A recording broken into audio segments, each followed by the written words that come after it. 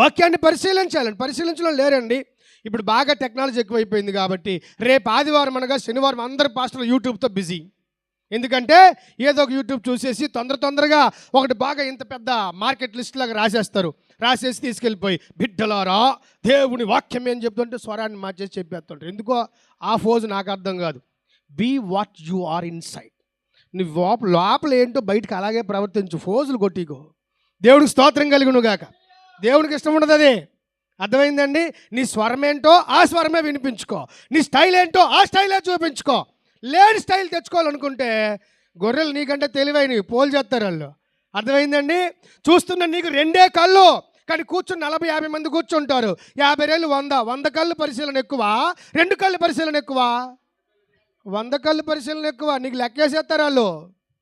అని తెలివి తక్కువ వాళ్ళు ఎవరు కాదు. కూర్చున్న వాళ్ళు చాలా తక్కువ వాళ్ళు అనుకుంటావేమో. నో, కూర్చున్నోళ్ళు నీకంటే జ్ఞానవంతులు. దేవునికి స్తోత్రం కలుగునుగాక.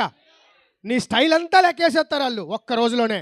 ఒరే నెక్స్ట్ వీక్ చర్చకొద్దురా, ఎందుకంటే ఏమంటే ఎక్స్ట్రాలు చేసేస్తున్నాడు ఆ పాస్టరు. ఈజీ చెప్తారు, తెలిసిపోద్ది వాళ్ళకి.